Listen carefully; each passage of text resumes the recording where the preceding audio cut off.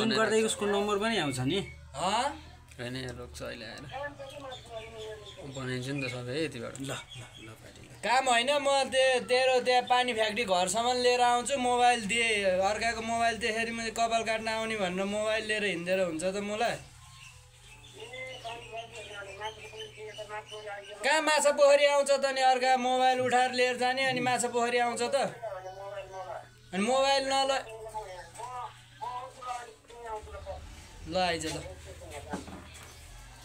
अब यसो गर्नु दाइ हाम्रो अगाडि गफ नगर्नु उसलाई दिए राम्रोसँग बेचत नगर्नु भन्नु उसले नि सुरुको मल दिनु बवाल नगर्नु कुरै बर मिलाइदिनु उही कुमारको अङ्कल हो भने त्यो अनि अघि भन्नुहुन्छ म चिनेकै छैन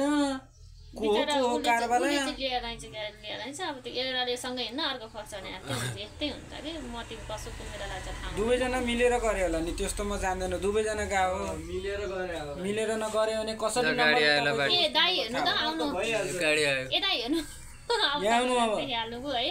अब यस्तो गाडी चलाएर हिँड्ने मान्छेको म त किन त्यस्तो लाग्यो होला नि खाएर आफ्नो काम यहाँ हेर्नु यहाँबाट अब तपाईँ निस्किन्छ होइन के कपाल काट्छु फेदीमा आइज भने हो मैले पहिला हेर्नु न यहाँ बाटीको मैले के उठेर ल म त्यसो घरमै लैदिन्छु अब पटना ढल्किन थाल्यो त पाटी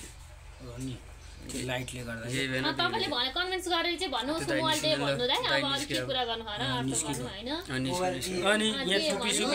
मान्छे टी सर्टै देखिरहेछ यार मान्छे चिनिहाल्यो टी सर्टै देखिरहेछ यतिकै प्यान्टै देखिरहेछ भन्छ मैले यो गाडीमा चढेकै छैन